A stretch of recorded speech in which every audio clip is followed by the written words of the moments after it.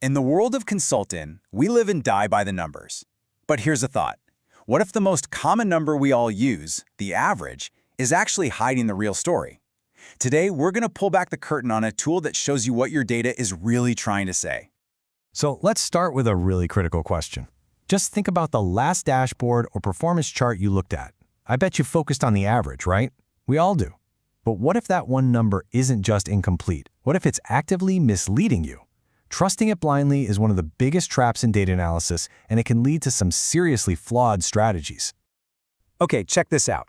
We've got two teams here, Team A and Team B. We look at their performance, and what do we see? The average score for both is exactly 85. Now, a standard bar chart, the kind you see in 99% of presentations, tells you they're identical. So you'd probably think, great, they're performing equally well. But you'd be completely wrong.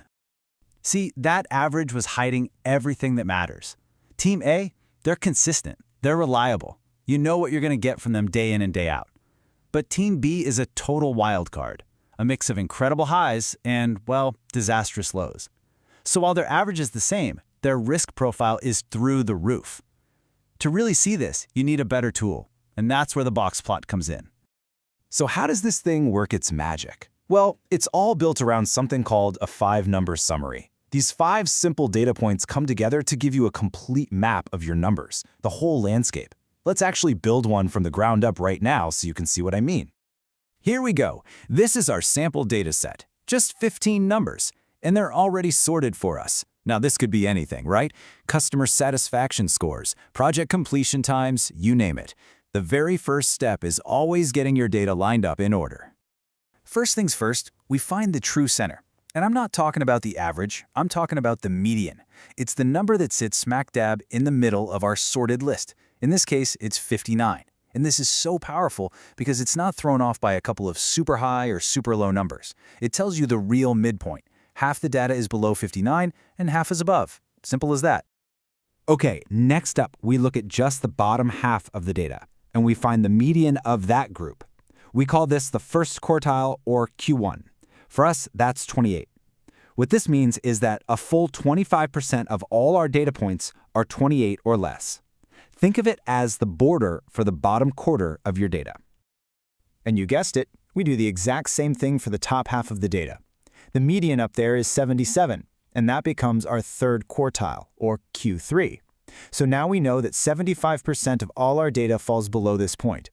Together, Q1 and Q3 basically build a container for the core 50% of our numbers.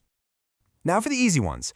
The minimum. This is, just the lowest value in the entire set. The absolute floor for this data, it's 23. That's our starting point.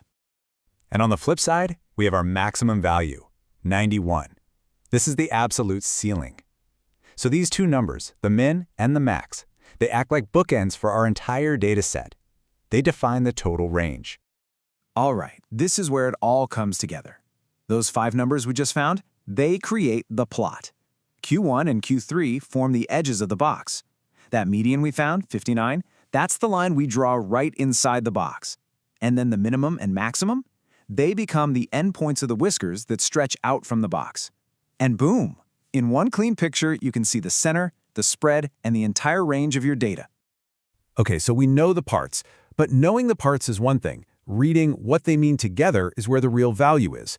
This is the consultant's edge, right here, learning to read the shape of the plot and turning that geometry into a killer business insight. So here's the translation guide. That box in the middle, that's your core data, the middle 50%.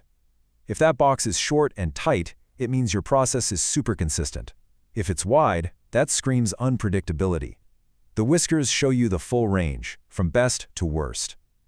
And the median line's position inside that box, oh, that's a dead giveaway for any hidden imbalances in your data.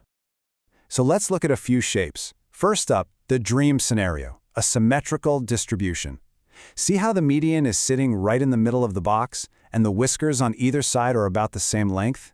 This tells you your data is balanced and your process is stable. This is what a high-quality, predictable operation looks like. This is what you want to see. But what if it looks like this? The median is pushed way up to the top of the box, and you've got this long whisker stretching down to the bottom. This is called a negative skew. It's telling you that while most of your results are clustered up at the high end, you have a long tail of low performers dragging things down. Think of a team where most people are hitting their goals, but a few are really struggling. This shape makes that problem impossible to ignore. And of course, the opposite can happen too. Here the median is crammed down at the bottom of the box with a long whisker stretching way, way up. That's a positive skew. It means the bulk of your data is at the lower end, but a few extreme high flyers are pulling the whole range up. This might be a product where most sales are kind of modest, but a tiny fraction go viral. It's not necessarily a bad thing, but it does tell you that your success depends on outliers, and that can be a really risky place to be. So, theory's great, but where the rubber meets the road is an application. When should you actually pull this tool out of your toolkit? It's not for every single chart, but for a few key challenges, it is an absolute game changer. Think of it like this. Anytime you need to benchmark multiple groups, like our Team A and Team B, box plots are your best friend. You can see both their average performance and their consistency side by side. Or, say you just rolled out a big process improvement. A before and after box plot gives you undeniable visual proof of whether it actually worked. It's also fantastic for just spotting weird outliers that need a closer look, and for getting a quick gut check on your data's overall shape. Okay, so you're ready to actually make one of these. It's honestly less intimidating than it seems. There's a really clear 5-step process that anyone can follow to get from a spreadsheet full of numbers to a really powerful insight. It's really just what we did a few minutes ago. Step 1, you get your data. Step 2, you sort it from smallest to largest. Step 3, you find that true middle value, the median. Step 4, you find the medians of the lower and upper halves to get your Q1 and Q3. And finally, step 5, you just draw it all out on a simple axis. That's it. That's your box plot. In the end, this quote really says it all. The true genius of the box plot is how efficient it is. It packs so much information about the center, the spread, the skew, into this one, clean, incredibly easy-to-read picture. It lets you make smart, fast comparisons and build your decisions on a much more solid foundation.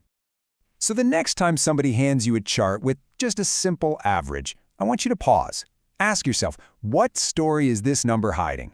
Because your data is always talking. It's telling you stories of consistency, of risk, of opportunity, and the box plot? It's simply one of the best ways to learn how to listen.